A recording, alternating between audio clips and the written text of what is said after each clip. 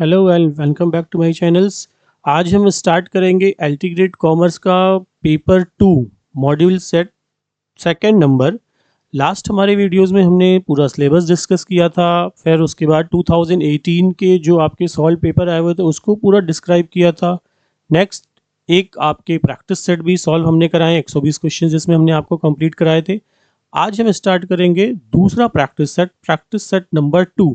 इस सेट के दो पार्ट हमने बनाए हैं जिसमें 1 से 60 क्वेश्चन होंगे और दूसरे पार्ट में 61 से लेकर के 120 तक आपको क्वेश्चन मिलेंगे। क्वेश्चन का टाइटल यही है कि यही प्रश्न एग्जाम में ऐसे ही पूछे जा सकते, बाई चांस हो सकता है कुछ क्वेश्चंस आपके एग्जाम में आ भी जाएं इसी से रिलेटेड। ठीक है, तो ध्यान से आप देखिएगा इस वीडियोस को। चलिए आगे हम स्टार्ट करते हैं एलटी ग्रेड कॉमर्स का मॉड्यूल पेपर। आपके देखिए क्वेश्चंस में फर्स्ट क्वेश्चंस में क्या आता है, क्वेश्चन क्या पूछा गया है, अंकेक्षक अपनी नियुक्ति, अंकेक्षक जो ऑडिटर होते हैं, ऑडिटर अपनी नियुक्ति की स्वीकृति के संबंध में कंपनी पंजीयन को कितने दिन में लिखित सूचना करेगा। मतलब जब ऑडिटर अपॉइंट हो जाता है तो अपॉइंट होने के बाद कितने दिन के अंदर वो कंपनी रजिस्ट्रेशन, जो रजिस्ट्रार होते हैं, जो रजिस्ट्रेशन करते हैं कंपनी के, कितने दिन के अंदर उनको इंफॉर्मेशन प्रोवाइड करते हैं। तो सिंपल सा है कि अगर जब ऑडिटर अपॉइंट होता है, जिस दिन कंपनी में अपॉइंट होता है, उस दिन से लेकर के विद इन 30 डेज, 30 दिन के अंदर अंदर आपको रजिस्ट्रार को एक इंफॉर्मेशन देनी होती है कि भैया हम यहाँ पर अपॉइंट हो चुके हैं और अपना वर्क हम स्टार्ट करेंगे।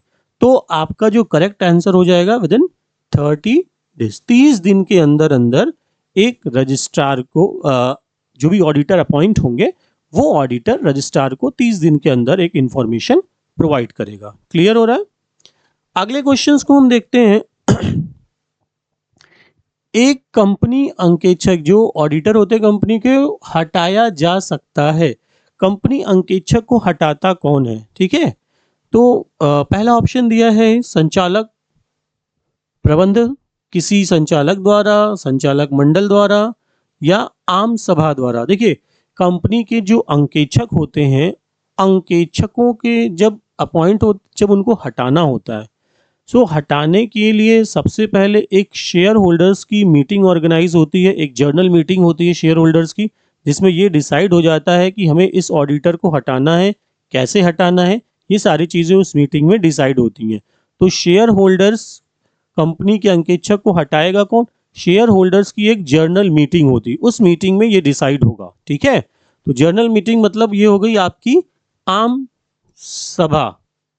इस आम सभा को टिक करेंगे। आम सभा मतलब एक नॉर्मली जर्नल मीटिंग होगी, उस जर्नल मीटिंग के थ्रू हम जो ऑडिटर हमारे होंगे, इस ऑडिटर को हम आम सभा में, जो बट ये आम सभा आपको ध्यान रखनी है, आम सभा क्या है, जनरल मीटिंग जो होगी वो शेयर होल्डर्स की मीटिंग होती है, वही इस मीटिंग में पार्टिसिपेट करते हैं और डिसाइड कर लेते हैं कि ऑडिटर जो भी है वो कैसे हटाया जाएगा। ठीक है, तो आपका करेक्ट आंसर हो जाएगा डी, शेयर होल्डर्स की मीटिंग होगी, वो भी जर्नल मीटिंग। क्लियर कीजिए। ठीक है, नेक्स्ट हम आते हैं अगले क्वेश्चंस पे। कंपनी अंकेक्षक का निम्न में से किस बात के लिए सिविल दायित्व होता है? देखिए सिविल दायित्व क्या होता है, सिविल दायित्व मतलब होता है एक रिस्पॉन्सिबिलिटी, जिसमें आपको करना क्या होता है कि अगर आपकी वजह से किसी भी पर्सन को हार्म होता है, कोई नुकसान पहुंचता है, तो एक पार्टी जिसकी वजह से नुकसान पहुंचता है, जिसकी इन रिस्पॉन्सिबिलिटी की वजह से नुकसान होता है, वो पार्टीज जिसको नुकसान हुआ है उसको कॉम्पनसेट करती है। ठीक है, तो उसको हम बोलते हैं सिविल दायित्व। ठीक, तो यहां पर जो अंकेक्षक का किस बात के लिए सिविल दायित्व होगा, अंकेक्षक किस बात के लिए दायित्व होगा?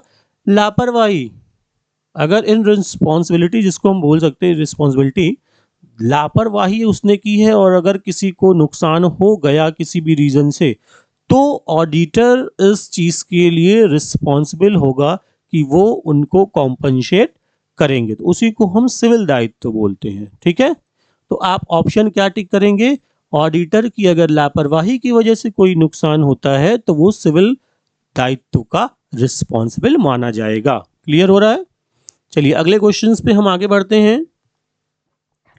कंपनी के अंकेक्षक का कई सारे स्टेटमेंट दिए हुए हैं। अंशधारियों की प्रत्येक सामान्य बैठक में शामिल होने का अधिकार है। अंकेक्षक का राइट क्या है? केवल बैठक में शामिल उसी बैठक में हो सकता है जहां पर खातों के संबंध में विचार विमर्श किए जाते हैं। वार्षिक साधारण बैठक में, एनुअल जर्नल मीटिंग में इंक्लूड होते हैं, एंड वार्षिक साधारण सभाओं में शामिल होने के अधिकार है जिसमें संचालक मंडल उसे आमंत्रित करने का निर्णय ले। देखिए 4 ऑप्शन है, आपसे पूछा जा रहा है ऑडिटर के लिए कौन सा ऑप्शन सही होता है। तो बेसिकली देखिए, ऑडिटर सिर्फ वहीं पर अपॉइंट हो रहा है या वहीं पर जाएंगे, उसी बैठक में जाएंगे जहां पर हम अकाउंट से रिलेटेड कुछ डिस्कशन करते हैं, जहां कोई बैठक होगी, मीटिंग होगी, वहीं पर ही ऑडिटर जाएंगे। तो इसमें जो आपका करेक्ट ऑप्शन, सबसे बेस्ट ऑप्शन यहां पर दिख रहा है वो है बी। केवल ऐसी बैठक में शामिल होने का अधिकार है किसको? ऑडिटर को, जहां पर खातों के संबंध में कुछ डिस्कशन किए जाते हैं। तो इसका आंसर जो करेक्ट हो जाएगा वो करेक्ट आंसर हो जाएगा आंसर नंबर बी। क्लियर हो रहा है? चलिए अगले क्वेश्चन को देखते हैं। निम्नलिखित में से कौन एक कंपनी का लेखा परीक्षक हो सकता है? लेखा परीक्षक कंपनी का कौन हो सकता है? बहुत सिंपल सी चीज़ है। कंपनी का एक जो लेखा परीक्षक होगा वो एक ऑडिटर ही हो सकता है, मतलब एक चार्टर्ड अकाउंटेंट, वही सबसे ज़्यादा बेस्ट होता है इसके लिए। तो इसमें सबसे सिंपल ऑप्शन आपको यहाँ पर दे रखा है, कार्यकुशल चार्टर्ड अकाउंटेंट, मतलब एक परफेक्ट, कार्यकुशल मतलब होता है जिसको प्रॉपर नॉलेज हो। वो सबसे परफेक्ट आंसर यही होगा आपका, एक चार्टर्ड अकाउंटेंट, क्योंकि वही लेखा परीक्षक के बारे में पूरी डिटेल नॉलेज रखता है। तो उसी को हम उसकी जगह पर एक कंपनी का लेखा परीक्षक नियुक्त कर सकते हैं। क्लियर हो रहा है? चलिए आगे देखते हैं। अगले क्वेश्चन में आ रहा है, कोई कंपनी है, ऐसे एक व्यक्ति या फर्म को अपने लेखा परीक्षक की नियुक्ति नहीं कर सकती है जो कि कंपनियों का लेखा परीक्षक हाथ में लिया हो। मतलब इसका कहने का ये है इस क्वेश्चन का कि ऐसे कौन से कितने एक व्यक्ति है, कितने कंपनियों को उसने पहले से ही लेखा परीक्षक बना हुआ है जिसकी नियुक्ति हम नहीं कर सकते। ठीक है, तो मतलब एक ऐसा ऑडिटर होगा, क्योंकि चार्टर्ड अकाउंटेंट ही एक लेखा परीक्षक बन सकता है, सबसे बेस्ट वही होता है। तो लेखा परीक्षक एक कितने कंपनियों को पहले से हैंडल कर रहा है कि हम उसको अपनी कंपनी में अपॉइंट नहीं करेंगे। तो ये नंबर्स दिए हुए हैं, आपको ये बताना है कि इसमें से कौन से नंबर्स, जो अगर लेखा परीक्षक इस नंबर को अगर अटैच कर रहा होगा तो हम उसको अपनी कंपनी में अपॉइंटमेंट नहीं करेंगे। तो देखिए यहाँ पर लेखा परीक्षक अगर उसने 20 कंपनियों को हैंडल कर रहा है, 20 कंपनियों को अपने हाथ में लिया हुआ है, तो ऐसे व्यक्ति या फर्म को लेखा परीक्षक की नियुक्ति नहीं कर सकती है। कोई फर्म या कोई व्यक्ति ऐसे नियुक्ति नहीं कर सकते जिसने ऑलरेडी 20 कंपनियों को हैंडल वो कर रहा है, तो हम उसको अपॉइंट नहीं कर पाएंगे। कितने? 20 कंपनियां, ध्यान रखिएगा। ठीक है, अगले क्वेश्चंस को देख लेते हैं। निम्नलिखित में से कौन आंतरिक जांच से संबंधित होता है? आंतरिक जांच, इंटरनल जो इंस्पेक्शन होगी, इसमें कौन कौन सी चीज़ें इंक्लूड होती हैं? आंतरिक लोगों द्वारा लेखा रिकॉर्डों की जांच की जाती है। परिसंपत्तियों का सत्यापन आंतरिक रूप से होता है। एक व्यक्ति के कार्य का जांच स्वतः ही अन्य व्यक्ति द्वारा होता है, मतलब एक व्यक्ति दूसरे व्यक्ति की खुद ही जांच करेंगे, और एक व्यक्ति का कार्य आंतरिक तौर पर की जाती। देखिए इसमें क्या कह रहा है, आंतरिक जांच से संबंधित है। आंतरिक जांच मतलब इंटरनल इंस्पेक्शन, इंटरनल इंस्पेक्शंस मतलब हो गया इंटरनल जांच जो होगी, तो वो किससे संबंधित होगी? तो देखिए इसका जो आंसर होगा, इंटरनल जांच जो बेसिकली इंक्लूड होती है, उसमें एक पर्सन कोई ऐसा कार्य कर रहा है जिसका दूसरा पर्सन खुद ही जांच कर लेता है, तो बेसिकली उसको हम इंक्लूड करते हैं इसमें। तो आपका जो आंसर करेक्ट आंसर आएगा वो आ जाएगा, करेक्ट आंसर सी आ जाएंगे। एक व्यक्ति के कार्य का जांच स्वतः मतलब खुद ही अन्य व्यक्ति द्वारा कर लिया। एक व्यक्ति कार्य करेगा, दूसरा व्यक्ति खुद ही उसकी जांच करके बताएगा कि वो सही वर्क कर रहा है या नहीं कर रहा है तो उसको हम इंटरनल इंस्पेक्शंस बोलेंगे। ठीक है, ध्यान रखिएगा, इंटरनल जांच, इसमें एक कार्य एक व्यक्ति कर रहा है तो खुद ही दूसरा व्यक्ति उसके कार्य की जांच कर सकता है। ठीक है, अगले क्वेश्चंस को देखिए। एक कंपनी अंकेक्षक को रिपोर्ट करना होता है। कंपनी अंकेक्षक को किसको रिपोर्ट करना होता है? तो कंपनी अंकेक्षक को निर्देशक मंडल को, प्रबंध निर्देशक को, संस्थागत निवेशक को, वार्षिक साधारण सभा में अंशधारियों को। तो एक अंकेक्षक जो होता है, एक कंपनी के अंकेक्षक को जो वो रिपोर्ट बनाता है, उस रिपोर्ट को उसको सबमिट करना होता है। किसको सबमिट करेंगे? देखिए 4 ऑप्शन आपको दिए गए हैं। तो उसको जो रिपोर्ट सबमिट करनी होती है वो शेयर होल्डर्स को रिपोर्ट सबमिट करनी होती है। ठीक है, शेयर होल्डर्स को रिपोर्ट सबमिट करेगा, बट कहां पर करेगा? Annual journal meeting. कौन सी मीटिंग होगी? AGM, annual journal meeting. In annual journal meeting किसको रिपोर्ट करेगा? शेयर होल्डर्स को रिपोर्ट करेगा। शेयर होल्डर्स को एनुअल जर्नल मीटिंग्स में अंकेक्षक रिपोर्ट प्रेजेंट करेंगे। क्लियर हो रहा है? एनुअल जर्नल मीटिंग, साधारण वार्षिक सभाएं। ठीक है, तो ऑप्शन आपका चौथा कंप्लीट हो जाएगा। अगले क्वेश्चन को देखिए। साझेदारों में से लाभ हानि का बंटवारा किया जाना चाहिए। किसके बीच लाभ हानि का बंटवारा किया जाना चाहिए? तो देखिए सिंपल सी चीज है, पार्टनरशिप में अगर कोई पार्टनर है, 2 या 2 से ज्यादा पार्टनर पार्टनरशिप में हैं, तो उनके बीच जो डिस्ट्रीब्यूशन होगा, किन किन चीजों का, प्रॉफिट एंड लॉस का जो डिस्ट्रीब्यूशन होगा, वो डिस्ट्रीब्यूशंस पार्टनरशिप एग्रीमेंट जो बनाया गया है उसी एग्रीमेंट के अकॉर्डिंग हम कंप्लीट करेंगे। पार्टनरशिप एग्रीमेंट में सारी चीजें, मतलब जिसको हम लोग पार्टनरशिप डीड बेसिकली बोल सकते हैं। पार्टनरशिप डीड, इसी डीड में पार्टनरशिप की पूरी इंफॉर्मेशन लिखी होती है। पार्टनर आएगा कैसे, जाएगा कैसे, रिटायर कैसे होगा, और जब रिटायर हो जाएगा तो क्या मिलेगा, डेथ कैसे, डेथ अगर हो गई तो फिर उसके सेटलमेंट कैसे होंगे, और इंटरेस्ट और कैपिटल क्या होगा। ओवरऑल पूरी इंफॉर्मेशन इस पार्टनरशिप डीड में इंक्लूड होती है। तो यहीं से जनरेट होता है कि अगर ये लाभ हानि का, प्रॉफिट एंड लॉस का डिस्ट्रीब्यूशन अगर किया जाना है, तो distributions of partnership, distributions of partner, तो कैसे हम डिवाइड करेंगे, किन चीजों का डिस्ट्रीब्यूशन होगा? लाभ और हानि। That means profit and loss का जो डिस्ट्रीब्यूशंस होना है पार्टनर्स के बीच में, वो कैसे हो जाएगा? तो पार्टनरशिप डीड के अकॉर्डिंग होगा, क्योंकि उसी में सारी चीजें मेंशन होती हैं। तो इसका आंसर क्या होगा? पार्टनरशिप डीड, साझेदारी संलेख के अकॉर्डिंग। क्लियर हो रहा है? अगले क्वेश्चन को देख लेते हैं। साझेदारी संलेख के अभाव में साझेदार में लाभ हानि। अब देखिए नई चीज आ गई कि साझेदारी संलेख, तो ये प्रूफ हो गया कि हम साझेदारी संलेख में देख करके सब प्रॉफिट एंड लॉस डिसाइड कर लेंगे, लेकिन बाई चांस अगर कुछ नहीं बोला है साझेदारी संलेख, दैट इज पार्टनरशिप डीड जो हमने बताई कि इसी के थ्रू सब क्लियर होता है, तो अब अगर इसमें कुछ नहीं बोला पार्टनरशिप डीड में, तो क्या करेंगे? तब कैसे डिवाइड करेंगे? तो हम पार्टनर्स को जो प्रॉफिट एंड लॉस का डिस्ट्रीब्यूशन होगा वो उनके इक्वल रेशियो में होगा। कौन से रेशियो में? इक्वल रेशियो में।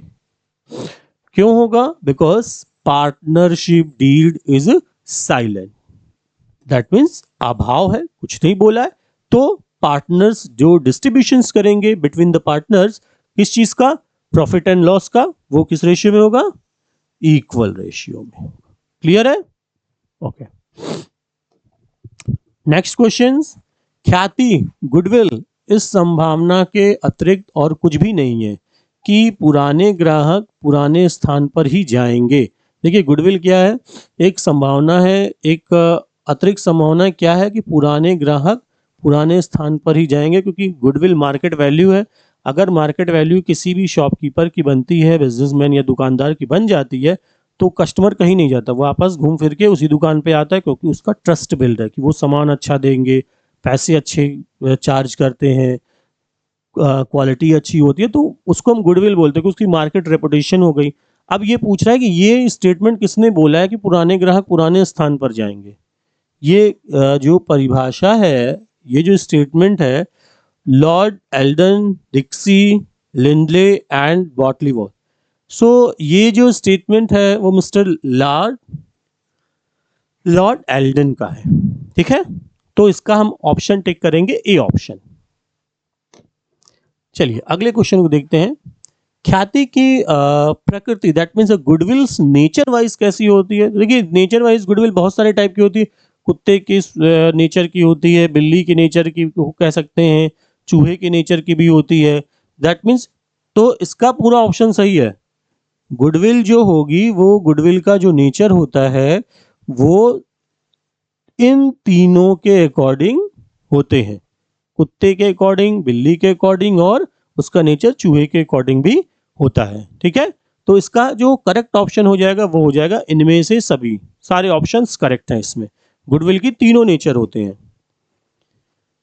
जब नया साझेदार, that means new partner, goodwill का अमाउंट कैश में लेकर आता है, when a new partner admitted in a firm with cash, अगर कोई नया पार्टनर एडमिट होता है फर्म में विद कैश, कैश के साथ लेके आ रहा है, नगद लेके आ रहा है, सो उस रकम को क्रेडिट किया जाएगा। सो जो आपका अमाउंट है, the amount will be credited when a new partner entered in a firm. अगर कोई नया पार्टनर फर्म में आता है with cash, so cash amount will be credited, किसमें क्रेडिट होगा।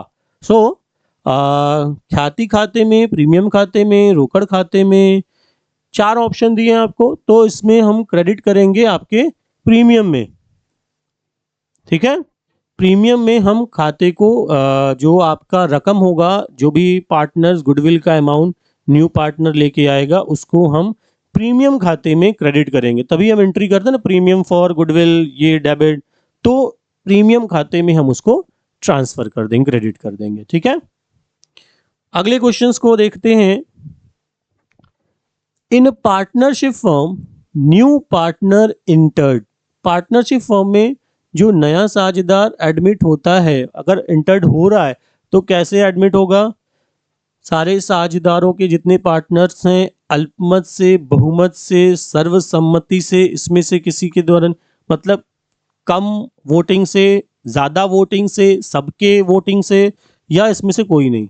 तो ध्यान रखिएगा, अगर कोई न्यू पार्टनर एडमिट होता है और उसके पहले के जितने भी पार्टनर हैं, जितने एग्जिस्टिंग पार्टनर होंगे, सारे एग्जिस्टिंग पार्टनर अगर एग्रीड हो जाएंगे कि हाँ भैया इस न्यू पर्सन को हमें as a partner, new partner admit करना है अपनी फर्म में, तो ही हम उस थर्ड पर्सन को अपना न्यू पार्टनर अपॉइंट कर पाएंगे। तो वर्ड इज दैट सारे पार्टनर एग्रीड होने चाहिए, दैट मीन्स अ सर्व सहमति होनी चाहिए, सब एग्रीड होने चाहिए सारे partner.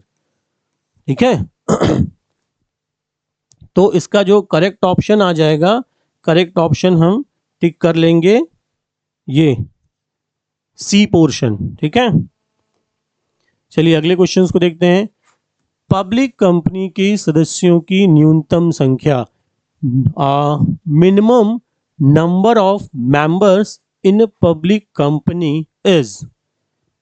The question is that minimum number of person in a public company, कम जो न्यूनतम minimum number of partners, minimum number of partner, sorry, minimum number of partners in public company, कितने सदस्य हो सकते हैं पब्लिक कंपनी, कम से कम। तो कम से कम आपकी अगर पब्लिक कंपनी की बात करेंगे तो मिनिमम 7 पर्सन होना कंपलसरी होता है। अगर हम प्राइवेट, यहां पर अगर प्राइवेट कंपनी होती,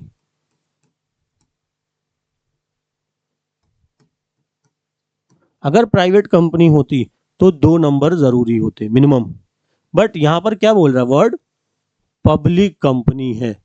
तो पब्लिक कंपनी है तो पब्लिक कंपनी के लिए क्या होने चाहिए, 7 नंबर का कंपलसरी होना जरूरी होता है। ठीक है, न्यूनतम नंबर, मिनिमम नंबर है ये, मिनिमम कम से कम 7 मेंबर होने चाहिए। क्लियर। ओके, अगले क्वेश्चन को देख लीजिए। अंश कितने प्रकार के होते हैं?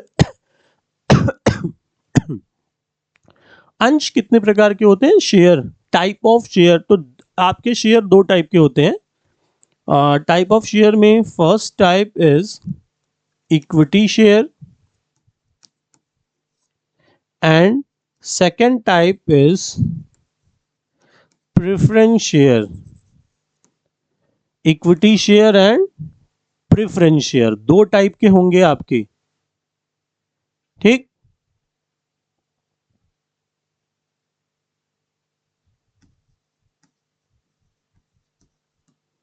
दो टाइप के शेयर होते हैं, एक हो गया प्रेफरेंस शेयर और एक हो गया इक्विटी शेयर। प्रेफरेंस शेयर सबसे पहले जो प्रॉफिट होगा वो प्रेफरेंस शेयर को मिलेगा, एंड देन जो प्रॉफिट रिमेनिंग बचता है वो हम इक्विटी शेयर को प्रोवाइड करते हैं। इक्विटी शेयर कंपनी के रियल ऑनर होते हैं, ठीक है। तो बेसिकली आपको बताना है कितने पार्ट होंगे, तो दो पार्ट के शेयर होते हैं, ठीक है। Option is 2 number. क्लियर।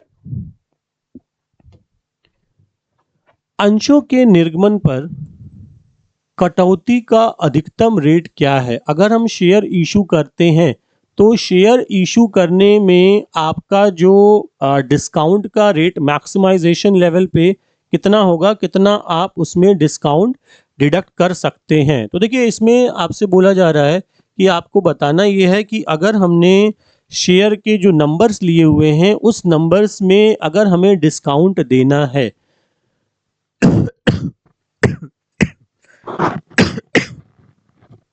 अगर हमें शेयर्स के डिस्काउंट देने हैं तो डिस्काउंट में आपके कितना परसेंटेज डिस्काउंट हम मैक्सिमम लेवल पे प्रोवाइड कर सकते हैं? तो मैक्सिमम लेवल पे हम प्रोवाइड कर सकते हैं आपके 10% का डिस्काउंट। कितने परसेंट का? मैक्सिमम 10% का डिस्काउंट हम प्रोवाइड कर सकते हैं। अगर हम शेयर को डिस्काउंट पे इशू करेंगे तो मैक्सिमम 10% आपको डिस्काउंट मिल सकता है, ठीक है। तो ऑप्शन इज सेकंड ऑप्शन 10%। अगले क्वेश्चन को देखिए। कौन सी कंपनी अंशों को भट्टी पर निर्गमित कर सकती? मतलब आपको पूछ रहा है कि कौन सी कंपनी होगी जो आपके शेयर्स को डिस्काउंट पे इशू कर सकती है। कितने कंपनियां, कौन सी कंपनियां होती हैं जो डिस्काउंट पे शेयर को इशू कर सकती हैं? तो दीज आर द ऑप्शन। कई नई कंपनी, पुरानी जिसने पहले अभी कैसा ऐसा कुछ किया होगा, या कोई नहीं। तो देखिए कंपनी जो है जो शेयर डिस्काउंट पे इशू कर सकती है तो सबसे इंपॉर्टेंट चीज होती है कि वो नई कंपनी कभी नहीं कर पाएगी, ठीक है। वो कौन कंपनियां करती हैं? पुरानी कंपनियां करती हैं, और पुरानी कंपनियों में भी वही कंपनी कर पाएंगी जिसने पहले ऐसा कभी किया होगा, ठीक है। सो ऑप्शन क्या होगा? एक कोई पुरानी कंपनी जिसने पहले इस प्रकार के शेयर्स को इशू किया हो डिस्काउंट पे, तो वो दोबारा से इसको इशू कर सकती है, ठीक है। कोई नई कंपनी नहीं कर सकती। तो ऑप्शन हम क्या टिक करेंगे? ऑप्शन टिक करेंगे, ऑप्शन नंबर सी टिक करेंगे। क्लियर। अंश हरण share forfeited account, forfeited account के बैलेंसेस को हम ट्रांसफर करते हैं। Transfer of share forfeiture account, balance जो इसका आएगा शेयर फॉर फीचर का, उसको हम कहां पर ट्रांसफर करेंगे? तो आपसे पूछा जा रहा है कहां पर ट्रांसफर करेंगे। तो सिंपल सा है, जब हम फॉर फीचर की एंट्री करते हैं तो एंट्री हम क्या करते हैं? लास्ट एंट्री जो फॉर फीचर की होती है, share forfeiture account debit to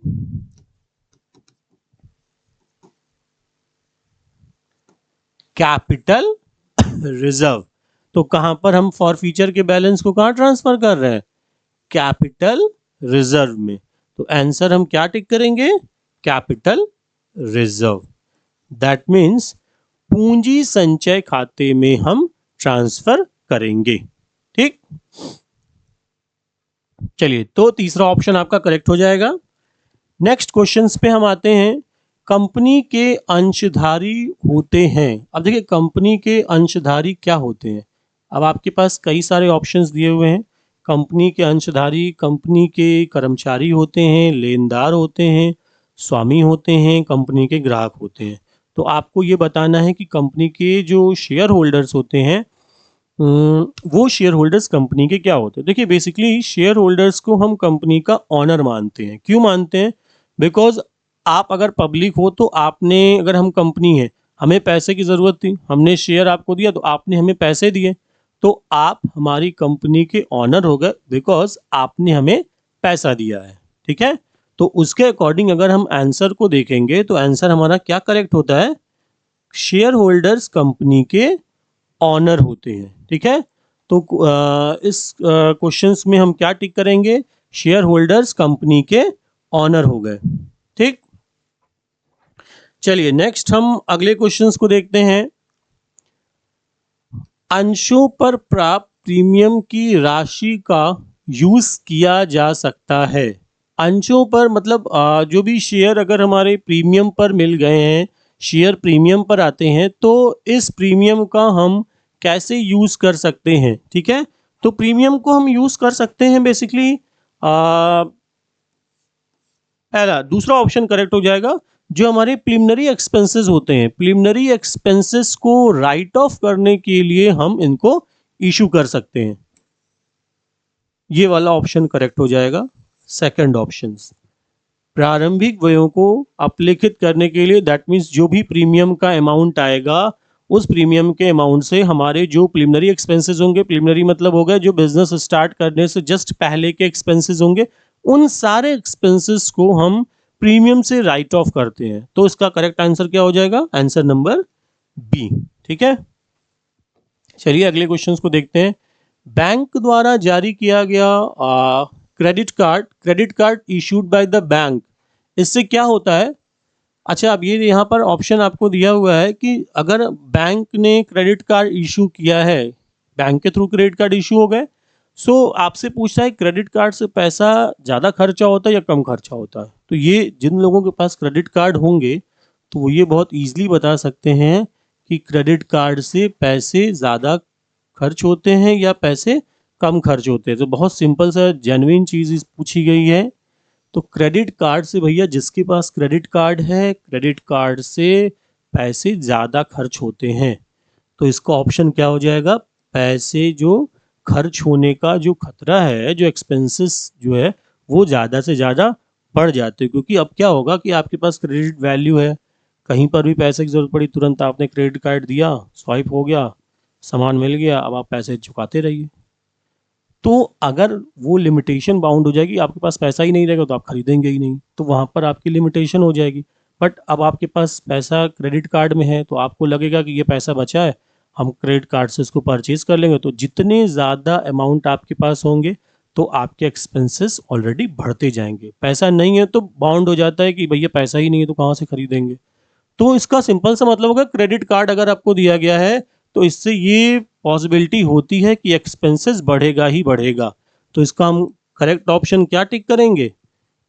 be option सही हो जाएगा। ठीक है, देखिए एटीएम कार्ड, एटीएम सब लोग जानते भी होंगे, डेबिट कार्ड सबके पास होगा भी। अगर एटीएम कस्टमर्स को पास गया है और बाई चांस कस्टमर से कहीं मिस हो गया, तो अगर आपके पास मिस हो गया है तो सबसे पहले आपको किसको इन्फॉर्म करना चाहिए? तो प्रायोरिटी आप किसको देंगे कि अगर आपका एटीएम कार्ड खो जाता है तो कस्टमर को सबसे पहले करना क्या चाहिए? तो फर्स्ट ऑफ ऑल, अगर आपका एडमिट कार्ड खो गया, सॉरी एटीएम कार्ड खो गया है, तो फर्स्टली आपको बैंक से कंसल्ट करना चाहिए। जिस बैंक का भी एटीएम कार्ड आपके पास होगा और वो खो गया, कहीं मिस हो गया, गिर गया, तो सबसे पहले आप बैंक को इन्फॉर्म करेंगे कि भैया हमारा क्रेडिट कार्ड था, कहीं पर खो गया। जिससे पॉसिबिलिटी क्या होती है, बैंक उस कार्ड को ब्लॉक करने के लिए फर्स्ट प्रायोरिटी देते हैं। कार्ड ब्लॉक हो गया, अगर वो नहीं कर पाते, आप इधर उधर घूमते रहोगे, तो मे भी उस कार्ड का अगर कोई मिसयूज कर लेगा किसी भी तरीके से तो आपको ज़्यादा प्रॉब्लम हो जाएगी। तो इसलिए सबसे पहले क्या करना चाहिए, आपको कार्ड को अगर मिस होता है किसी भी रीज़न से, कहीं गिर गया, कोई चोरी कर ले गया, तो सबसे पहले बैंक को इन्फॉर्म करिए। तो बैंक की प्रायोरिटी क्या होती है कि इस कार्ड को हम ब्लॉक कर देंगे तो कोई यूज़ भी नहीं कर सकता। ठीक है, तो ऑप्शन हम क्या टिक करेंगे? सबसे पहला ऑप्शन यही हो गया, हम बैंक को सबसे पहले इंफॉर्मेशन प्रोवाइड करेंगे। ठीक है, चलिए अगले क्वेश्चन को देखते हैं। प्लास्टिक मनी, प्लास्टिक मनी से हमारा मतलब क्या होता है? प्लास्टिक मनी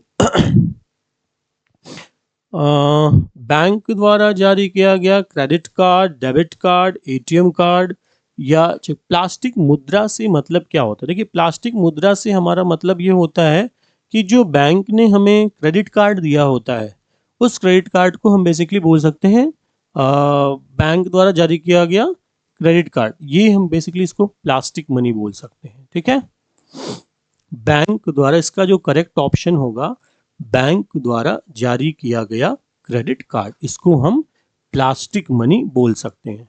ठीक है, चलिए अगले क्वेश्चंस को देखते हैं। लेखांकन की आदर्श अवधि कितनी होती है? देखिए आइडियल जो ईयर होता है अकाउंटिंग का, वो बेसिकली अकाउंटिंग का हम आइडियल ईयर मानते हैं 1 अप्रैल से। जो कंपनियां बेसिकली फॉलो भी करती यही हैं, ज़्यादातर कंपनियां फॉलो करती हैं 1 अप्रैल टू 31 मार्च, जिसको हम बोल सकते हैं फाइनेंशियल ईयर। ये ज़्यादा बेहतर होता है, तो मैक्सिमम लोग कंपनियां जो होती हैं उसी को फॉलो करती हैं। तो बेसिकली अब 1 अप्रैल से 31 मार्च मतलब 12 महीने हो गए, 1 साल। तो आइडियल ईयर क्या हो गया इसका? 1 साल का हो जाएगा। ठीक है, नेक्स्ट क्वेश्चन आता है, नई मशीन जब आप इंस्टॉल करते हैं तो इंस्टॉल करने के लिए जो इंस्टॉलेशन एक्सपेंसेस होंगे वो कौन सा अकाउंट पे ट्रांसफ़र आप करोगे?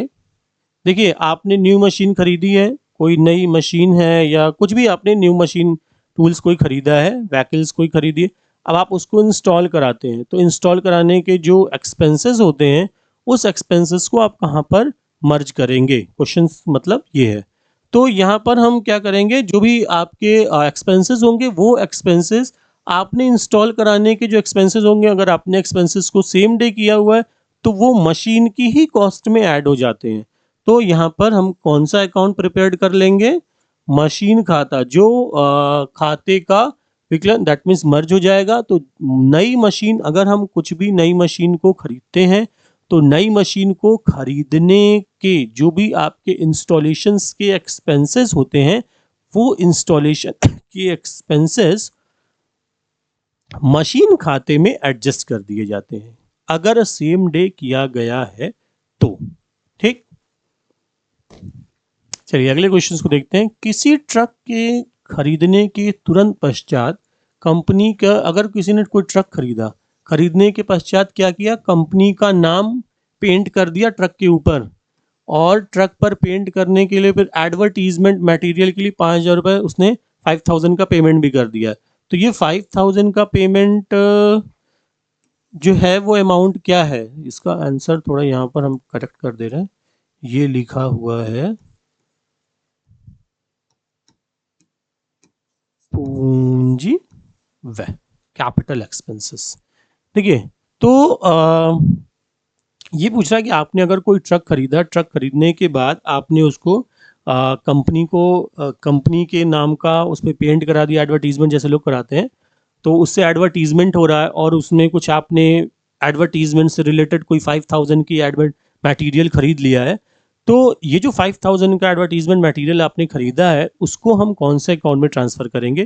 तो देखिए बेसिकली अगर आपने एडवर्टीजमेंट खरीदा है और छोटा अमाउंट है, आप उससे एडवर्टाइज कर रहे हैं, तो एडवर्टीजमेंट के लिए जो भी अमाउंट करेंगे तो उसको हम बोल सकते हैं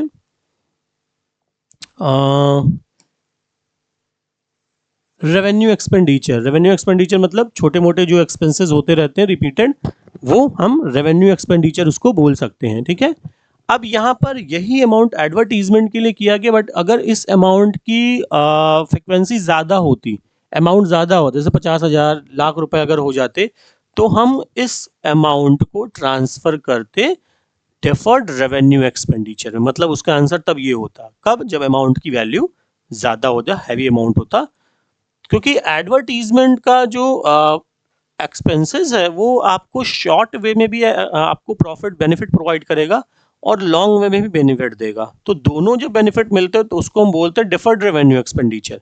बट यहाँ पर क्या हो रहा है, आपको प्रॉफिट तो हो रहा है बट इसकी वैल्यू कम है।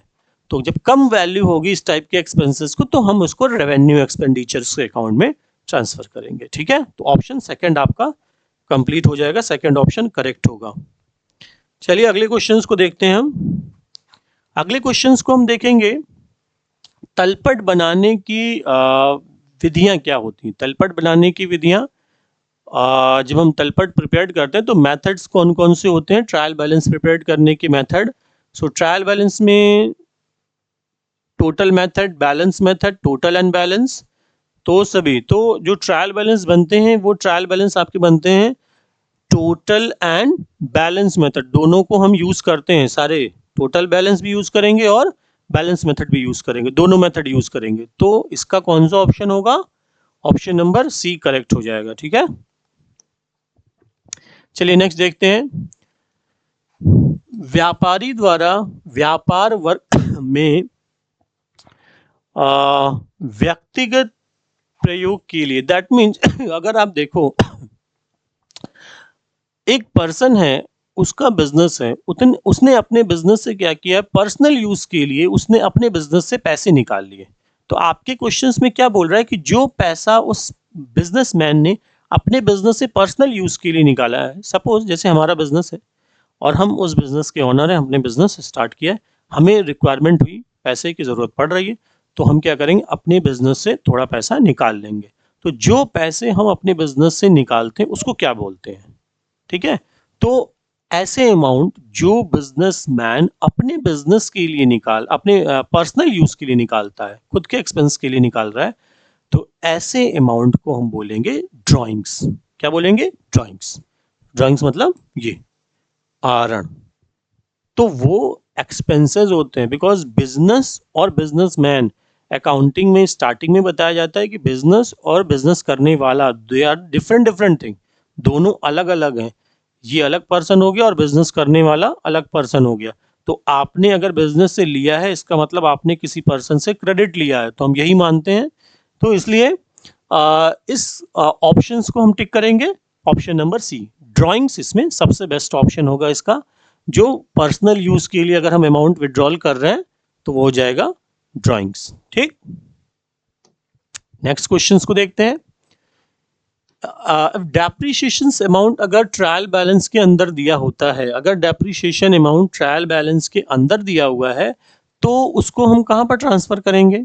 ट्रायल बैलेंस के अंदर दिया हुआ है, तो अगर ट्रायल बैलेंस के अंदर दिया हुआ है डेप्रिसिएशन का अमाउंट, तो हम उसको ट्रांसफर करेंगे आपके प्रॉफिट एंड लॉस में। ठीक है, कहां पर ट्रांसफर करेंगे अगर ट्रायल बैलेंस के अंदर दिया है? तो प्रॉफिट एंड लॉस अकाउंट में ट्रांसफर करेंगे, अगर वो ट्रायल बैलेंस के अंदर दिया हुआ है तो।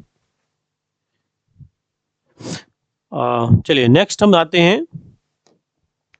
जितने हमने आपको क्वेश्चंस अभी बताए हैं, अगर आपको कोई प्रॉपर डाउट लग रहा है कि हाँ इस क्वेश्चंस को जो डाउट है, हमें ये चीज़ नहीं समझ में आई है, तो आप हमें प्रॉपर कमेंट करके अपने जो भी डाउट्स है वो सारे डाउट्स पूछ सकते हैं। हम प्रॉपर जब अगला वीडियोज आएगा तो पहले हम आपके सारे डाउट्स को क्लियर करेंगे एंड देन फिर क्वेश्चंस को आगे स्टार्ट करेंगे। ठीक है, तो आपको जो भी कुछ डाउट्स लगता है क्वेश्चन से रिलेटेड, जो भी क्वेश्चंस हमने बताए हैं, तो आप उस डाउट के अकॉर्डिंग अपने क्वेश्चंस को पुट कर सकते हैं। ठीक है, सो आप डाउट पूछते रहिए, हम डाउट के सारे सॉल्यूशंस बताते रहेंगे। चलिए अगले क्वेश्चंस को देखते हैं। अंतिम खाते और विवरण पत्र, that means final account and statement. So इसका मतलब क्या होता है? अंतिम खाते और विवरण, financial account and financial statement का मतलब क्या होता है? देखिए फाइनेंशियल स्टेटमेंट हमने बहुत स्टार्टिंग में भी आपको, जब सिलेबस डिस्कस कर रहे थे तो उस वीडियो में भी आपको बताया था। फाइनल अकाउंट का मतलब क्या होता है? फाइनल अकाउंट 3 चीजों से मिलकर बना होता है। फाइनेंशियल स्टेटमेंट जो बनते हैं, एक तो हो गया आपका ट्रेडिंग अकाउंट, एक हो गया प्रॉफिट एंड लॉस, और एक हो गई बैलेंस शीट। तो तीनों को अगर हम प्लस कर देंगे तो हमारा कंप्लीट हो जाता है financial statement, that means a final account. तो अगर ये पूछ रहा है कि फाइनल अकाउंट का मतलब क्या होगा, तो फाइनल अकाउंट मतलब trading, profit and loss and balance sheet, तीनों को हम करेक्ट मान लेंगे तो इसका ऑप्शन क्या हो जाएगा? इनमें से सभी, सारी चीजें करेक्ट हो गई, क्योंकि ट्रेडिंग भी दिया है, प्रॉफिट एंड लॉस भी दिया और बैलेंस शीट भी दिया हुआ है। ठीक है, तो तीनों को हम करेक्ट मानेंगे, तो डी ऑप्शन हमारा करेक्ट हो जाएगा। Next question is trading account होता क्या है, ट्रेडिंग अकाउंट क्या है आपका। तो ठीक है, क्वेश्चंस क्या पूछ रहे हैं, ट्रेडिंग अकाउंट क्या है। ट्रेडिंग अकाउंट आपका पर्सनल अकाउंट है, रियल अकाउंट है, नॉमिनल अकाउंट है, या कुछ भी नहीं है। तो ट्रेडिंग अकाउंट कुछ तो है। तो ट्रेडिंग अकाउंट में हम क्या करेंगे, option number C, trading account क्या हो जाएगा, ट्रेडिंग अकाउंट हमारा हो जाएगा सी ऑप्शन, दैट मीन्स नाम मात्र खाता, नॉमिनल अकाउंट। तो ट्रेडिंग अकाउंट आपका क्या हो जाएगा, नॉमिनल अकाउंट। क्यों हो जाएगा ये भी जरूरी है जानना, क्यों हो जाएगा। Reason that is because trading account में हम सारे एक्सपेंसेस और income, purchase, sales, closing stocks, opening stock, ये सारी चीजें दिखाते हैं। इनकम और एक्सपेंसेस प्रेजेंट करते हैं। तो इनकम और एक्सपेंसेस कहाँ दिखाए जाते हैं, नॉमिनल अकाउंट में दिखाए जाते हैं। तो हम ये मान लेते हैं हमारा जो ट्रेडिंग अकाउंट है वो कौन सा अकाउंट होगा, नॉमिनल अकाउंट, नाम मात्र खाता। ठीक है, अगले क्वेश्चंस को देखिए। ट्रेडिंग अकाउंट का जो बैलेंस है वो क्या प्रेजेंट करता है, क्या बैलेंस शो क्या करता है। सो वो शो करता है आपका टोटल प्रॉफिट या फिर लॉस, जिसको हम क्या बोलते हैं, ट्रेडिंग अकाउंट जो प्रेजेंट करे ग्रॉस प्रॉफिट। सो यही आपका आंसर क्या हो जाएगा, टोटल प्रॉफिट या लॉस या gross loss.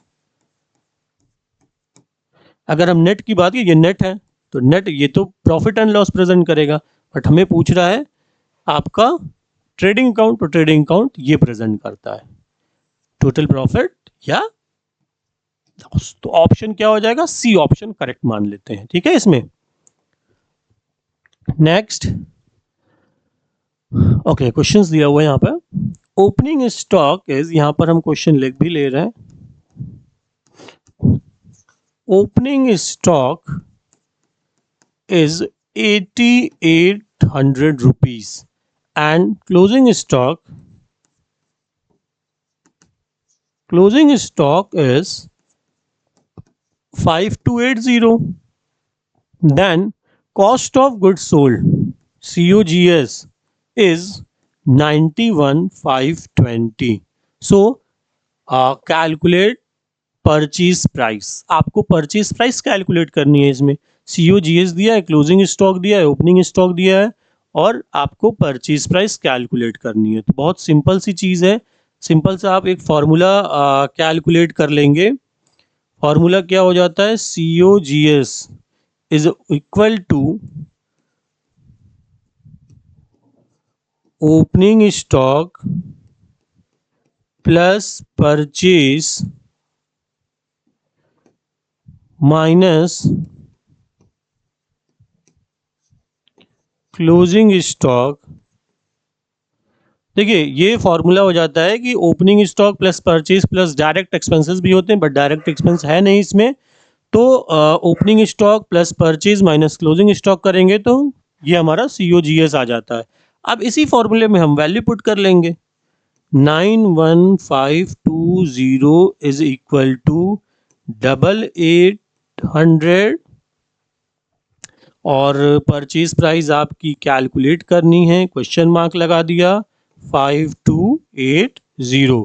So calculation is 8800 minus 5280। अब पहले हम इसको सॉल्व करेंगे, इसको इससे अगर माइनस करते हैं तो कितना आ जाता है, 8800 में 5280, आंसर आ जाएंगे 3520। अब बच्चा हमारे पास ये, इसको हम इधर लेकर के आ जाते हैं। तो जब इसको इक्वल टू के इधर लाएंगे तो ये भी माइनस में आ जाएगा, 520 माइनस 3520। अब इसको अगर हम माइनस कर लेंगे तो हमारा आंसर आ जाएगा 88,000। तो परचेज प्राइस क्या हो गई हमारी, 88,000। एक बार आप देख लीजिए, ओपनिंग स्टॉक, क्लोजिंग स्टॉक दिया है, कॉस्ट ऑफ गुड्स सोल्ड दिया हुआ है, फॉर्मूला हमने यूज कर लिया, cost of goods sold is equal to opening stock plus purchase minus closing stock दिया हुआ है। तो इसी फॉर्मूले पे बस हमें वैल्यू रखनी है। ये cost of goods sold price है, ओपनिंग स्टॉक की प्राइस है, परचेज कैलकुलेट करना है और वो हमने क्लोजिंग स्टॉक रख दिया। इससे हमने फर्स्टली इसको माइनस किया है तो हमारी वैल्यू आ गई 52, ये माइनस किया तो वैल्यू आ गई 3520। अब हमारे पास बचा कॉस्ट ऑफ गुड्स सोल्ड। इसको जब हम राइट हैंड साइड में इधर की तरफ ट्रांसफर करेंगे तो ये प्लस माइनस में कन्वर्ट हो जाएगा। तो 91520 माइनस 3520 इज इक्वल टू 88,000। तो यहाँ पर आंसर, पहला वाला आंसर आपका देखिए 88,000 दिख रहा है, तो हम इसको 88,000 पे करेक्ट करेंगे। ठीक है,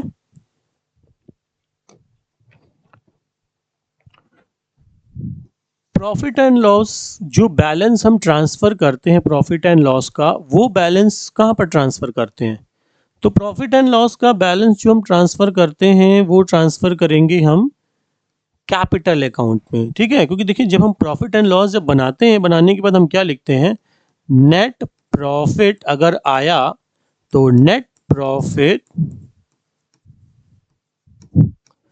ट्रांसफर टू, कहां पर लिखते हैं, कैपिटल अकाउंट। ये जब हम फाइनल अकाउंट बनाते हैं तो ये वर्ड हम लिखते हैं जब प्रॉफिट एंड लॉस में आते हैं। तो कहां पर ट्रांसफर करेंगे, कैपिटल अकाउंट में ट्रांसफर करेंगे जो बैलेंस आएंगे। ठीक है, तो ऑप्शन सेकंड करेक्ट हो जाएगा।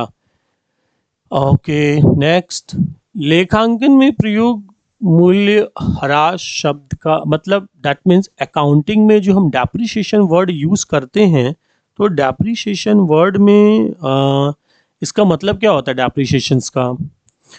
स्थिर परिसंपत्तियों का भौतिक ह्रास, परिसंपत्ति के बाजार भाव में गिरावट, परिसंपत्ति की उपयोगी जीवन काल में लागत का विवरण एंड प्रतिस्थापन के लिए प्रावधान। दैट मीन इसका जो ऑप्शन करेक्ट हो जाएगा वो ये हो जाएगा, जो एसेट्स है उसकी यूजफुल लाइफ में जो कॉस्ट का स्टेटमेंट होता है। देखिए इसमें डेप्रिसिएशन हम कैसे कैलकुलेट करते हैं, इसका फॉर्मूला क्या होता है, कॉस्ट प्राइस,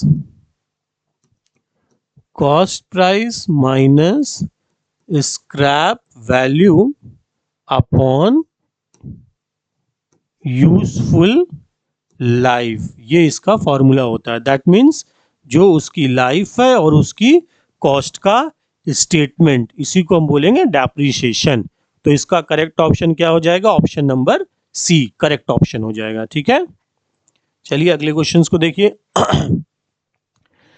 एन्युटी मेथड के अंदर डेप्रिसिएशंस का जो अमाउंट आएगा उस डेप्रिसिएशंस के अमाउंट को कैसे डिसाइड करेंगे?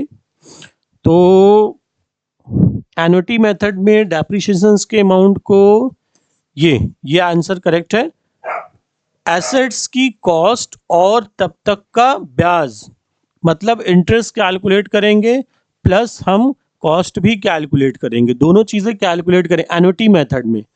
जिस सेशन में डेप्रिसिएशन लग रहा है पूरे सेशन का, मतलब जब तक डेप्रिसिएशन लगता रहेगा तब तक का डेप्रिसिएशन का इंटरेस्ट भी कैलकुलेट करना है और उसकी कॉस्ट, दोनों को, इंटरेस्ट और कॉस्ट को दोनों को प्लस कर देते, क्लब करते हैं, तब हमारा एन्युटी मेथड का डेप्रिसिएशन आता है। तो आंसर क्या हो जाएगा, answer number C correct option हो जाएगा। ठीक है,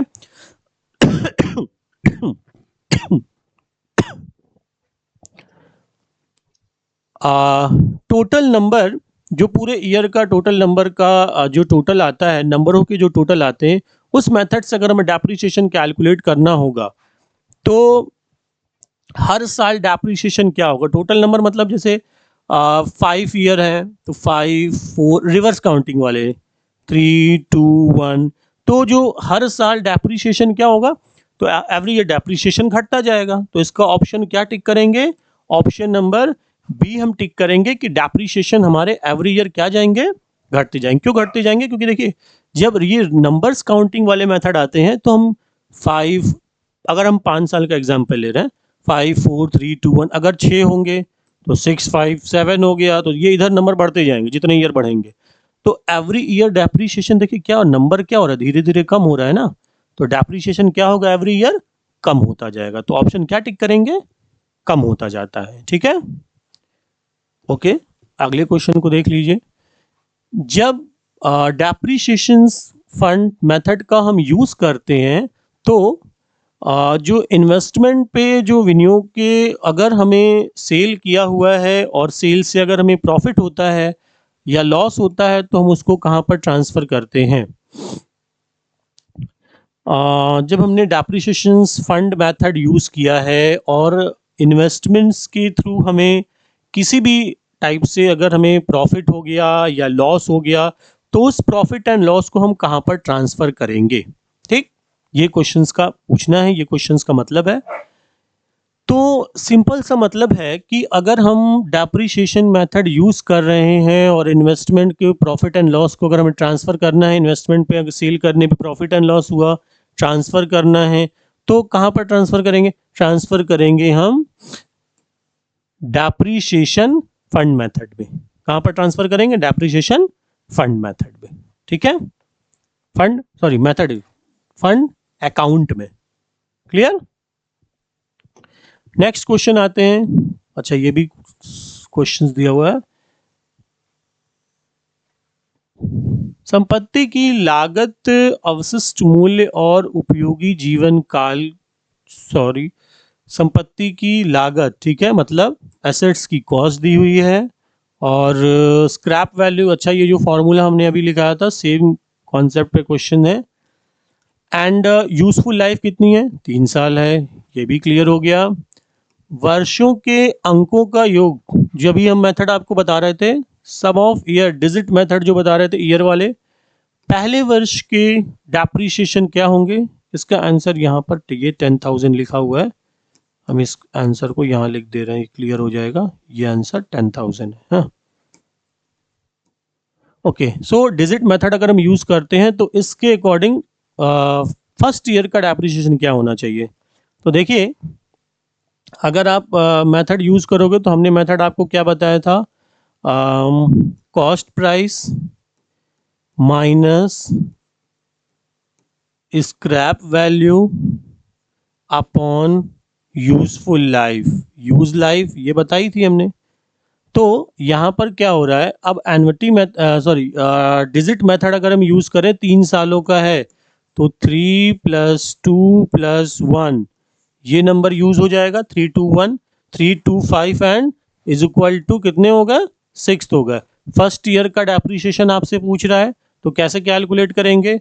20,000, ओके, ये कॉस्ट हो गई, लेस 2,000 का आपका स्क्रैप वैल्यू हो गया और यूजफुल लाइफ कितनी थी? टोटल नंबर कितने आ रहे हैं? 6 आ रहे हैं और ये लाइफ 3। अगर ये डिजिट मेथड नहीं होता तो डायरेक्ट हम 3 से ही डिवाइड करके कैलकुलेट करते, बट डिजिट मेथड आपके पास दिया हुआ है तो आपको नंबर भी काउंट करने पड़ेंगे इसके। तो अब इसको हम सॉल्व कर लेते हैं, सिंपल। ये आपके हो गए 18 डिवाइडेड बाई 6 इंटू 3 और ये कैंसिल हो जाएंगे, 3,000, 3 × 9, तो डेप्रीशिएशन कितना हो गया फर्स्ट ईयर का? 9,000। आंसर कहाँ है? ये है आंसर, नंबर सी आपका करेक्ट हो जाएगा। देख लीजिए क्वेश्चंस ऐसे सॉल्व करेंगे। अगर आपके पास कॉस्ट प्राइस है, स्क्रैप वैल्यू दी हुई है, स्क्रैप वैल्यू ये वैल्यू है, और upon useful life digit method के अकॉर्डिंग थी तो हमने इंटू 3 डिवाइड बाई 6 किया है। रीजन दैट डिजिट मेथड में सारे नंबर्स रिवर्स काउंटिंग में प्लस हो जाएंगे। 3, 2, 1 3 साल है तो 6 हो गए, 6 नंबर और 3 से मल्टीप्लाई कर दिया। अगर ये डिजिट मेथड नहीं होते तो हम डायरेक्टली 3 से ही इसको डिवाइड करके तो आंसर कैलकुलेट कर लेते। ठीक है, तो आंसर क्या हो जाएगा? आंसर हो जाएगा 9,000 रुपीज फर्स्ट ईयर का डेप्रिसिएशन। ठीक, चलिए अगले क्वेश्चन को देखिए। अगर कोई एसेट्स 5 ईयर का, आप देखिए यहाँ पर सेम चीजें 5 ईयर में पूछी गई हैं, लाइफ 5 ईयर की है और हमें टोटल नंबर मेथड यूज करना है डेप्रिसिएशन के, तो इसके फ्रैक्शन और डिनोमिनेटर्स दोनों को आपको बताना है। पहले साल और दूसरे साल में क्या क्या डिनोमिनेटर होंगे। तो देखिए सिंपल सी चीज़ है, आप सेम मेथड यूज कर रहे हैं तो 5, 4, 3, 2 एंड 1 टोटल कितने हो गए? इसको टोटल काउंट कर लेंगे। 5, 4, 9, 3, 12, 2 14 एंड 1 is 15। तो इसका जो डिनोमिनेटर्स आएंगे तो वो एवरी ईयर, चाहे आप इसमें करो चाहे किसी में भी करो, नंबर तो आपके कितने आएंगे, 15 ही आएंगे। तो करेक्ट आंसर क्या हो जाएगा, 15। चलिए अगले क्वेश्चन को देखिए। रिजर्व वैल्यूज डेप्रिसिएशन अकाउंट में होता है, मतलब संचित मूल्य ह्रास डेप्रिसिएशन जो आपके खाते में होता है। किस खाते में, खाते में नाम जमा, डेबिट क्रेडिट, या नाम का जमा, या फिर इसमें से कुछ भी नहीं होता। तो इसको हम ऑप्शन टिक करेंगे, जमा शेष। जमा शेष इसका ऑप्शन हो जाएगा। अगर रिजर्व डेप्रिसिएशन आपका दिया हुआ है संचित मूल्य ह्रास खाते में, क्या होता है, संचित मूल्य ह्रास खाते में जो डेप्रिसिएशन की वैल्यूज दी होती है वो क्या करेंगे, वो हो जाती हमारी जमा शेष। ठीक है, क्या ऑप्शन करेंगे, जमा शेष। नेक्स्ट, मूल्यह्रास की कौन सी विधि संपत्ति की लागत पर ब्याज को जो, अभी देखिए क्वेश्चन आपने जो पढ़ा हुआ था इंटरेस्ट को जोड़ करके, अभी क्वेश्चन आया था 2 क्वेश्चंस पहले, तो ये पूछ रहा है कौन सा मेथड है जो आपकी एसेट्स में कॉस्ट भी ऐड कर लेता है और इंटरेस्ट भी ऐड कर लेता है। अभी 2 क्वेश्चन पहले यही क्वेश्चन था।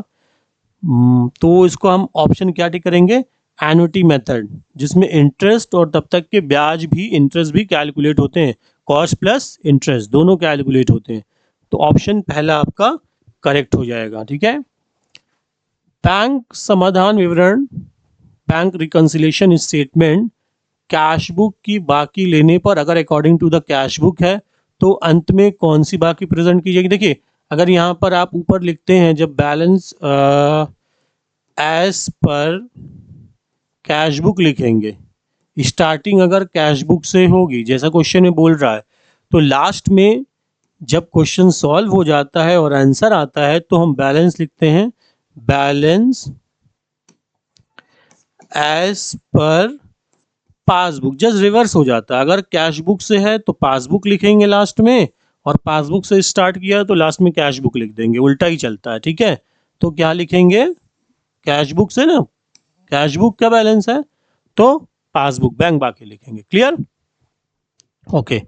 नेक्स्ट, कैश रोकड़ बही कैश बुक को बाकी लेने पर बैंक चार्ज को जोड़ा जाएगा या घटाया जाएगा, क्या किया जाएगा। देखिए अगर हम बैंक के अकॉर्डिंग लेंगे, जैसे हमने ये स्टेटमेंट बना दिया कैश बुक और पासबुक, अगर हम कैश बुक के अकॉर्डिंग लेके चल रहे हैं तो बैंक चार्जेस है, इसका मतलब ये होता है कि बैंक में पैसे कम हो जाएंगे आपके, तो हमने यहाँ पर पैसे को डेबिट कर दिया, प्लस मीन्स हम मान लेते हैं डेबिट, तो बैंक चार्ज लगेगा तो आपका बैलेंस तो डिक्रीज होगा, तो हमने बैलेंस को डेबिट कर दिया, प्लस मीन्स हम मान लेते हैं पैसा चला गया, बट यहाँ पर कोई एंट्री रिकॉर्ड नहीं होगी क्योंकि जस्ट रिवर्स को एंट्री हम करते हैं।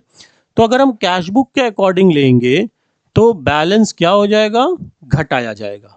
तो करेक्ट ऑप्शन क्या हो जाएगा, घटाया जाएगा। ठीक है, फिर से हम बता दें, कैश बुक पासबुक एक सिंपल सा स्टेटमेंट बना लिया, बैंक चार्जेस पासबुक में बैंक, क्योंकि बैंक चार्जेस आप तो डिडक्ट करेंगे नहीं, ये आप अपने पास रखेंगे और ये बैंक के पास हो जाएगी, ये आप एज्यूम कर लो। तो आप जब आपने एज्यूम कर लिया कि ये पासबुक हमारे पास है, कैश बुक बैंक के पास है, ठीक है, बट अब आप यहाँ पर फिर से एक बार हम आपको फिर से बता दे रहे हैं क्लियरली, कैश बुक और पासबुक का ये एक स्टेटमेंट आप बनाएंगे, बहुत सिंपल सा मेथड है।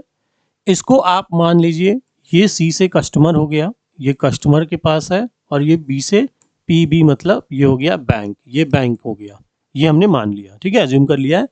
और प्लस मतलब मान लेते हैं विड्रॉल, और माइनस मतलब मान लेते हैं, प्लस विड्रॉल को डिनोट करता है और माइनस क्रेडिट को डिनोट करता है, मतलब डिपॉजिट को डिनोट करेगा।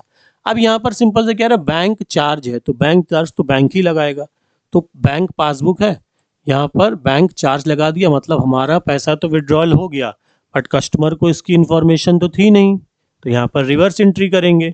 अब आपसे क्वेश्चन में पूछ रहा है कि अगर हम बैंक एंट्री लेकर चल रहे हैं कैश बुक का बैलेंस, तो कैश बुक का बैलेंस एंट्री और सिंपल स्टेटमेंट है, तो हम एंट्री क्या कर लेंगे, जो आपका बैंक चार्जेस था वो ये कट कर देंगे सिंपल स्टेटमेंट में, तो बैंक चार्जेस घटाया जाएगा। ठीक है, नेक्स्ट हम देखते हैं जस्ट रिवर्स। अगर ओवरड्राफ्ट है तो ओवरड्राफ्ट सेम चीजें, अब यहां पर बैंक की बाकी हो गई, लास्ट टाइम कैश बुक की थी, अब इसकी बाकी। बैंक ओवरड्राफ्ट है तो बैंक ओवरड्राफ्ट कस्टमर के खाते से पैसे डिडक्ट होते हैं, तो बैंक ने विड्रॉल कर लिया। ठीक है, और यहाँ पर रिवर्स एंट्री हो गई। तो अगर हम बैंक का ओवरड्राफ्ट का कंडीशन लेके चल रहे हैं, बैंक की बाकी है तो ये कट कर देंगे, इसका मतलब हो गया पासबुक में जोड़ा जाएगा। बैंक की बाकी लेने पर अधिविकर्ष पर ब्याज पासबुक में ऐड कर दिएंगे, तो इसका आंसर क्या होता है, जोड़ा जाएगा। बैंक रिकॉन्सिलेशन स्टेटमेंट विवरण क्यों बनाया जाता है? देखिए बेसिकली बैंक रिकॉन्सिलेशन स्टेटमेंट होता क्या है, बैंक रिकॉन्सिलेशन स्टेटमेंट मतलब होता क्या है, BRS बैंक रिकॉन्सिलेशन स्टेटमेंट। जब कैश बुक और पासबुक में डिफरेंस आने लगते हैं, डिफरेंस कैसे आएंगे, सपोज अब जैसे कस्टमर ने पैसे भेज दिए, किसी को चेक दे दिया, चेक इशूड, आपने किसी का नाम चेक पे लिखा और उसको दे दिया, भैया तुम जाओ पेमेंट ले लेना बैंक से। अब आपने तो ये अपनी बुक में तो हम रिकॉर्ड कर लेंगे, भैया हमने इसको इतना पैसा दे दिया, वो जाएगा और पैसे निकाल लेगा, तो हम ये मान लेंगे कि हमारा पैसा विड्रॉल हो जाएगा। बट किसी कंडीशन से वो नहीं पहुंच पाया, बारिश हो रही थी या भूल गया, कुछ कोई भी रीज़न हो सकता है, वो नहीं पहुंच पाया, तो आपने तो ये मान लिया कि हमारा पैसा डिडक्ट हो गया, बट वो जब पहुंचा ही नहीं बैंक में, तो बैंक आपके खाते से पैसे काटेगा ही नहीं क्योंकि चेक आया ही नहीं है। तो ये डिफरेंस हो गया। बैंक ने एटीएम के चार्ज काट लिए, पासबुक के चार्ज काटे, एसएमएस के चार्ज कट गए, आपको इन्फॉर्मेशन ही नहीं मिलती। जैसे एसएमएस का चार्ज कटा, अब आपको पता कब चलता है, जब मैसेज आएगा, मैसेज नहीं आया तो नहीं पता चलेगा।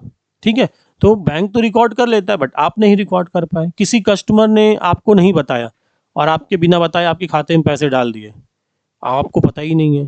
तो ये ऐसे बहुत सारे रीजंस होते हैं जिसमें आप एंट्री कर लेते हैं, बैंक नहीं कर पाता, या बैंक एंट्री करता है आप नहीं कर पाते। तो ये जो डिफरेंस होते हैं, इसी डिफरेंस को हम सेटलमेंट करने के लिए एक अकाउंट प्रिपेयर्ड करेंगे, जिसको नाम क्या देते हैं, जो स्टेटमेंट प्रिपेयर्ड होगा, बैंक रिकंसिलेशन स्टेटमेंट। बैंक समाधान जो सॉल्यूशन होगा उसका स्टेटमेंट होगा। ठीक है, तो ऑप्शन क्या हो जाएगा, पहला, कैश बुक और पासबुक के जो बाकियों के डिफरेंसेस होते हैं, उस डिफरेंस को कैलकुलेट करने के लिए हम बैंक रिकंसिलेशन स्टेटमेंट बनाते हैं। ठीक है, तो पहला ऑप्शन इसका करेक्ट हो जाएगा।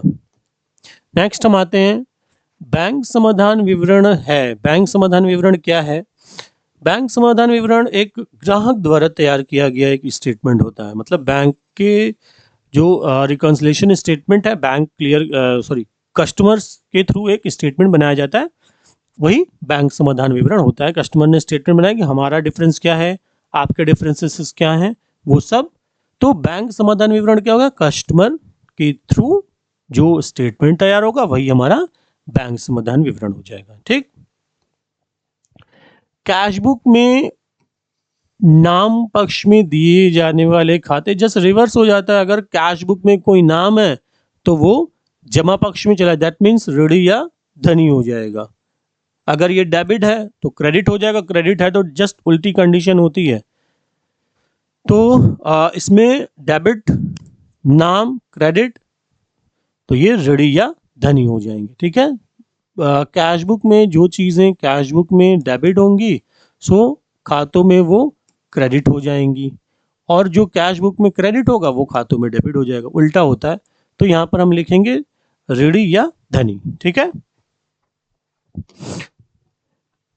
नेक्स्ट, क्रय खाता क्या होता है? क्रय परचेज अकाउंट जो होते हैं वो किस टाइप का अकाउंट है?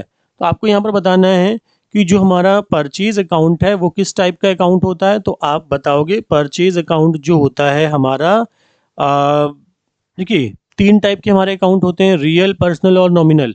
तो जो परचेज अकाउंट होते हैं हमारे, वो परचेज अकाउंट होते हैं आपके रियल अकाउंट। ठीक है, परचेज अकाउंट आपके होते हैं रियल अकाउंट, तो इसमें से पूछ रहा है कौन सा ऑप्शन हो जाएगा, तो देखिए इसमें रियल का तो कहीं नाम ही नहीं दिया है, जबकि परचेज क्या होता है, रियल अकाउंट होता है। तो ऑप्शन आप क्या टिक करोगे, ऑप्शन नंबर डी हम टिक करेंगे, रियल अकाउंट। क्लियर हो रहा है? ओके, नेक्स्ट क्वेश्चन पे आते हैं। प्रोमिसरी नोट का पेमेंट कौन करेगा? पेमेंट लिखने वाला करेगा। सिंपल, दो पार्टीज होती है, एक तो लिखने वाला और दूसरा क्या होगा, पाने वाला। तो पेमेंट कौन करेगा? लिखने वाला पेमेंट करेगा। ठीक है, नेक्स्ट उसके बाद ओके, नेक्स्ट क्वेश्चन, विनिमय विपत्र लिखा जाता है। तो विनिमय विपत्र लिखा जाएगा, विनिमय विपत्र लिखा जाता है लेनदार द्वारा देनदार के ऊपर लिखा जाएगा। ठीक है, किसके ऊपर? लेनदार द्वारा लिखा जाएगा, देनदारों के ऊपर। ठीक, अधिकार शुल्क की गणना की जाती है। अधिकार शुल्क की गणना कैसे की जाती है? तो अधिकार शुल्क की गणना हम करेंगे ये सेल्स के बेस पे, कितना सेल्स हुआ है उसके अकॉर्डिंग हम अधिकार शुल्क की गणना या कैलकुलेशंस करेंगे। ठीक है, सेल्स के अकॉर्डिंग।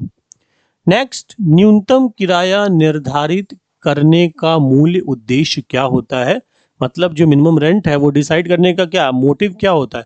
मोटिव ये होता है कि हमारा जो ऑनर है उसका एक परमानेंट इनकम बनी रहे। तो ये जिसने खरीदा है उसको भले ही प्रॉफिट हो ना हो, बट हमारे ओनर्स को एक मिनिमम रेंट मिल जाएगा तो वो सेटिस्फाइड हो जाता है कि हमें प्रॉफिट हो गया। तो उसकी एक मिनिमम जो रेगुलर इनकम है वो बनी रहे, इसीलिए हम ये डिसाइड करते हैं मिनिमम रेंट। ठीक, नेक्स्ट क्या, कॉपीराइट के अधिकार शुल्क की राशि निर्धारण का आधार क्या है? तो राशि निर्धारण का अधिकार कुछ सेल्स बेस पे ही करते हैं हम। कॉपीराइट के अधिकार शुल्क का जो राशि निर्धारण वो क्या हो जाएगा, सेल्स के बेस पे किया जाएगा। कि अगर कॉपीराइट का जो निर्धारण करना है वो हम किस बेस पे करेंगे, सेल्स के बेस पे करेंगे। ठीक है, किराया क्रय पद्धति में जोखिम ट्रांसफर किया, देखिए इंस्टॉलमेंट जो सिस्टम है आपका हायर परचेज सिस्टम, उसमें ओनरशिप ट्रांसफर होगी। जोखिम ट्रांसफर कब होगा, जब ओनरशिप ट्रांसफर नहीं, जोखिम ट्रांसफर करना। ओके, सो किराया क्रय पद्धति में जोखिम कब ट्रांसफर होता है? तो जोखिम जो ट्रांसफर होता है वो आपका ट्रांसफर होगा अंतिम किस्त के भुगतान करने के बाद। मतलब अंतिम किस्त का अगर आप भुगतान कर दोगे तो आपको ऑनरशिप ट्रांसफर हो जाएगी, और जब ऑनरशिप ट्रांसफर हो जाएगी तो उसका जो पूरा रिस्क है वो आपके ऊपर ट्रांसफर हो जाएगा। ठीक है, तो इसका मतलब क्या होता है, जोखिम कब ट्रांसफर होगी, लास्ट इंस्टॉलमेंट पे करने के बाद। ठीक, किस्त भुगतान पद्धति, इंस्टॉलमेंट पेमेंट सिस्टम में जो इंस्टॉलमेंट है उसका भुगतान किया जाता है। कब किया जाता है, जब कोई भी आप इंस्टॉलमेंट पे कोई चीज खरीदो तो पेमेंट कब करते हो, जब डेट आती है। मतलब जो भी फिक्स डेट होगी वो आएगी तो उस पर हम पेमेंट करेंगे। तो सिंपल सा आंसर क्या हो जाएगा, निश्चित समय जो भी टाइम आपका दिया है फिक्स टाइम, उसी फिक्स टाइम के अकॉर्डिंग हम पेमेंट करेंगे। तो आंसर हमारा डी हो जाएगा। आश्रित शाखाओं के संबंध में लाभ ज्ञात करने की विधियां, देखिए लाभ ज्ञात करने की जो विधियां होती हैं आश्रित शाखाओं में वो होती हैं 4 विधियां। टोटल जो डिपेंडेंट ब्रांचेस होती है, डिपेंडेंट ब्रांच का मतलब ये होता है कि जो अपने हेड ऑफिस पे डिपेंड होती है उसको डिपेंडेंट ब्रांच बोलते हैं।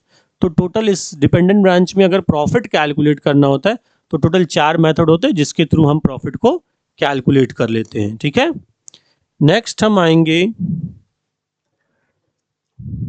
ओके, आगरा शाखा ने मुख्य कार्यालय को, देखिए यहाँ पर एक डेट दी हुई है 29 दिसंबर को 1000 भेजा है, जो आगरा ब्रांच ने भेजा है।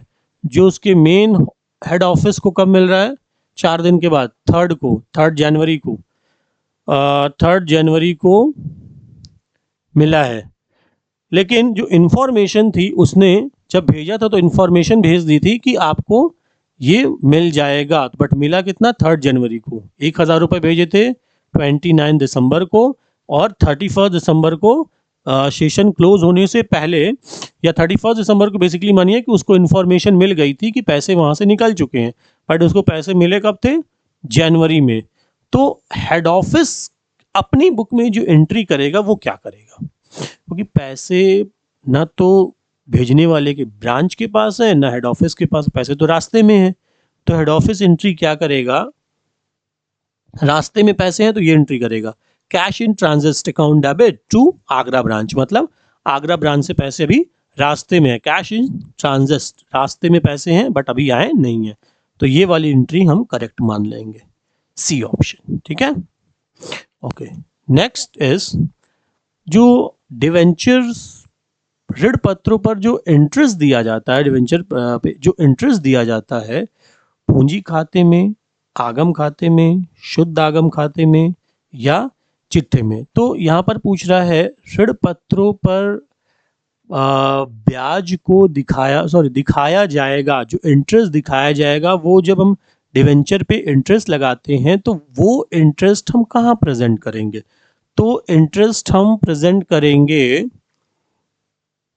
आगम खाते में, शुद्ध आगम खाते में हम डिवेंचर्स ऋण पत्रों पर जो ब्याज लगाया जाएगा उस ऋण पत्रों पर ब्याज को कहां पर प्रेजेंट करेंगे, शुद्ध आगम खाते में प्रेजेंट करेंगे। ठीक है, ओके। तो ये आपके टोटल 60 क्वेश्चंस कंप्लीट हो गए हैं, मतलब पार्ट फर्स्ट कंप्लीट हो गया है। एंड अब जिसको भी कोई डाउट्स है इस सेकंड टेस्ट पेपर में, तो आप हमारे डाउट्स, जो भी आपके डाउट्स हैं पहले हमें बता दीजिए कि आपके कौन कौन से डाउट्स हैं, आप कमेंट करिए। तो जो भी हमारे इस क्वेश्चंस के सारे, जो हमने 60 क्वेश्चंस बताया उसके डाउट अगले क्लास में हम इस डाउट्स को कंप्लीट करेंगे, बट आप अपने डाउट्स कंप्लीटली हमसे पूछते रहिए। ठीक है, थैंक यू।